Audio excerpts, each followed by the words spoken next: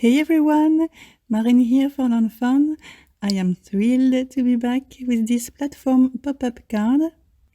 These new interactive die and add-on are so fun and easy to use, just perfect to create little scenes.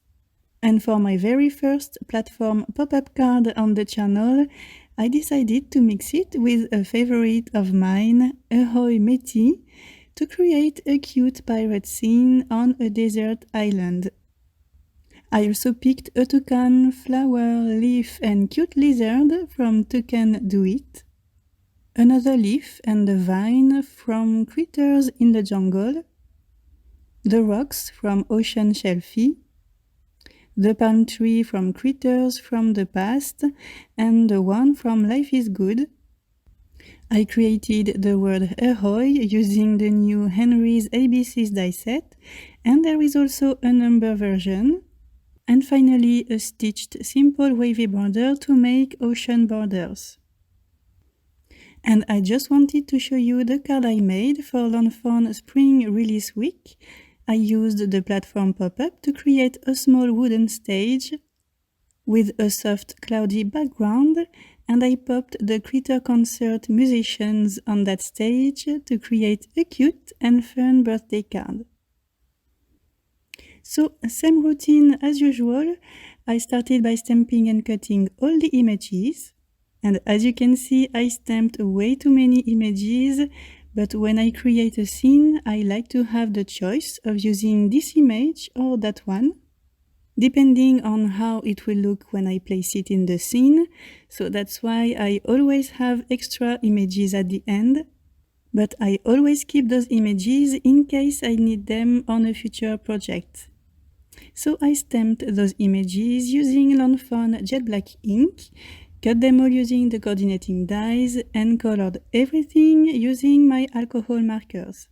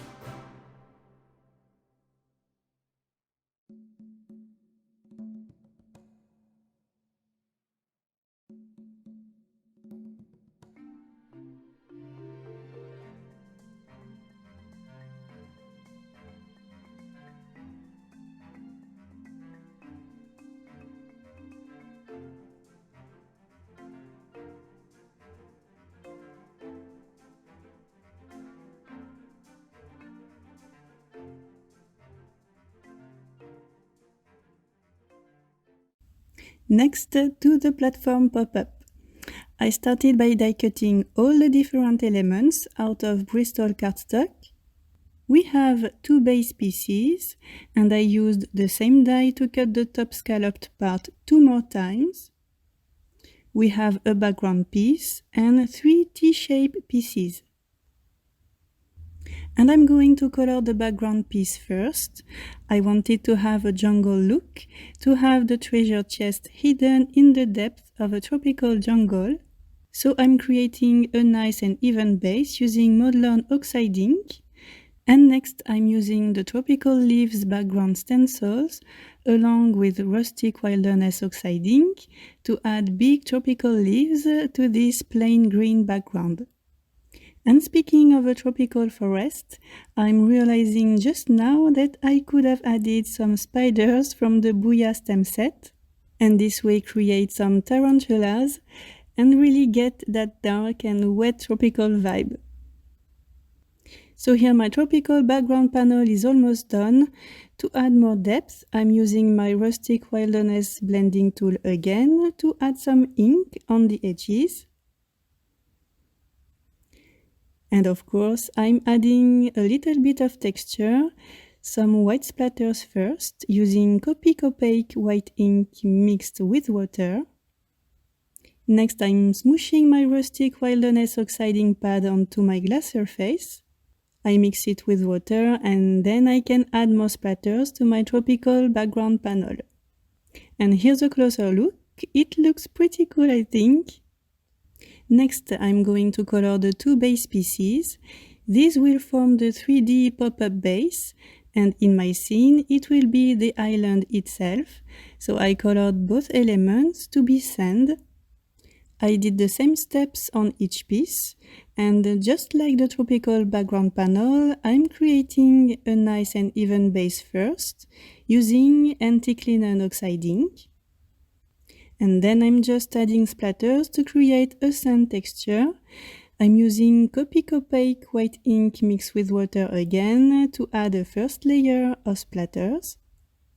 Next, I am mixing fried burlap oxide ink and vintage photo oxide ink with water, and I'm adding lots of splatters on the base panel. And I'm concentrating on the top scalloped part and on the part with the slot, because these are the sections that will be seen on the pop-up base in the end. So another closer look so you can see it better. Off screen, I repeated the same steps to color the second base panel and the 3 T-shaped pieces as well. And it was not necessary, but I did the back of the T-shaped pieces and the back of the background panel as well, just to get the whole consistent look. And then I'm moving on to the last element I need to build my scene. I'm going to use the 2 extra scalloped parts to create ocean borders all around the island. So I'm taping a wavy border die on the first piece. And from all the elements I colored just before, none of them have stitch details. So once again, to get a whole consistent look, I'm taping this wavy border die upside down to get a wavy border with no stitches. A quick trim, and then I did the same process to cut another wavy border out of the second scalloped piece. And this is how it looks. And to color those ocean borders, I'm going with the cracked pistachio, peacock feathers, and blueprint sketch oxide ink combination to create the kind of ocean you see on television or in movies, with a light blue-green, almost transparent look. I applied the lightest ink first all over the border, and then I'm adding the 2 other inks from the bottom edge towards half of the border. And as always, to get a nice blending, I go back and forth with my blending tools several times to mix the inks. Next, some texture, quickly and well, a few water splatters that I dried using a piece of paper towel, and then some dark blue splatters using Blueprint Sketch Oxide ink mixed with water. And the first ocean border is done. Off screen I did the second one, and now it's time to assemble those elements. I'm just starting by folding all the score lines on the two base pieces, super quick and easy. Next, I added double-sided tape on the tabs, the one on the scalloped top part and the one at the very bottom. And this is how it's going to fold. I'm folding the section with the slot. I peel the backing paper of the tape, and next I fold the scalloped section to attach it to the sticky tab. So that makes the first half of the pop-up. I'm doing the same thing on the other one. I fold the section with the slot, remove the backing paper, and then I fold the scalloped section on the sticky tab to form the other half of the pop-up. And these will go next to each other just like so. Next, the T-shaped pieces. Each piece has a score line at the bottom, so I'm starting by folding those three small elements. And then I'm going to attach them inside the pop-up elements through the slots. And I filmed this before watching Kelly's intro video on lawnfawn channel, and here's my advice. Watch her video first, because her process is way easier than mine. I should have stuck those pieces before building the two pop-up elements, so I struggled a little bit, as you can see. I finally managed to attach them at the right spots, but make sure to check Kelly's tutorial first for your own sanity, and I will definitely do that before building my next platform pop-up card. So now I still need to attach the last T-shaped piece. That one's the easiest. I don't need the tab, so I'm just cutting it off. A piece of double-sided tape on the bottom part. And this last T-shaped piece is going right between both pop-up elements. So I'm sticking it right in the middle of one of the pop-up base. I'm lining the bottom so that the long horizontal part peeks out at the top. And then I'm going to assemble those two pop-up pieces. I'm folding flat one of them, and I'm adding double-sided tape on the bottom section. Next, with both elements laying flat, I place them next to each other and line them up to join them using the small tab on the scalloped section. I peel the backing paper of the inside pop-up piece. I pop both pieces and join them to form one single element. I fold everything back again to press and connect all the pieces properly.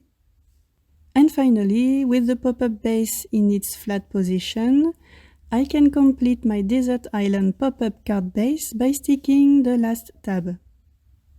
And here it is, very easy to pop flat just by pressing on the inside of the base, and as easy to pop up. Next, we need to add the other elements to complete the scene. The tropical background panel will be attached inside the platform along those inside scalloped edges, and the ocean borders will go at the bottom of the base. I'm folding both pieces on the score lines. I add double-sided tape at the back of it, and I'm going to stick it on the platform, starting with the middle section and then both sides. I quickly trim the small tab, and next I can do the same with the second ocean border on the other half of the platform. I just start by sticking the middle section and then both sides, tab trimming, and next to the tropical background panel. I'm applying some slim double-sided tape at the back of the panel all along the bottom edge. Next, I quickly fold the panel on the score lines. I peel the backing paper off, and next I can attach the panel inside the platform along those scalloped edges at the back. Next, I'm just folding flat the platform to press and connect the pieces. And my desert island platform pop-up card base is done. So now I can add and stick all my cute images inside the card, directly on the 3 T-shaped pieces, as well as a few of them on the front. And to me, the easiest way to glue my images on the T-shaped pieces is to use 3mm glue dots. These are very small and they are just perfect to go on that kind of slim part of the card.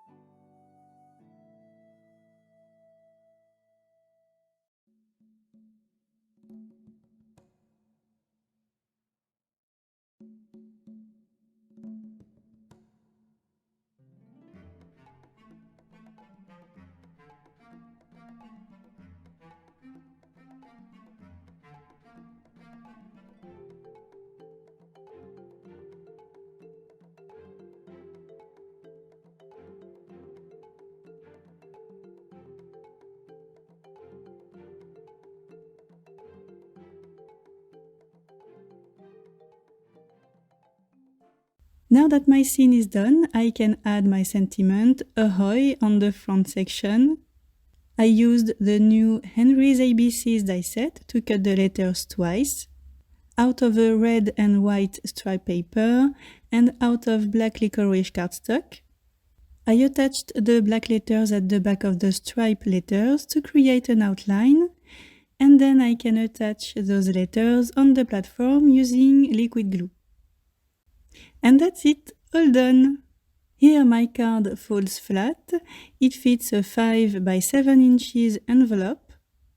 Next you pop it up and the whole scene is revealed.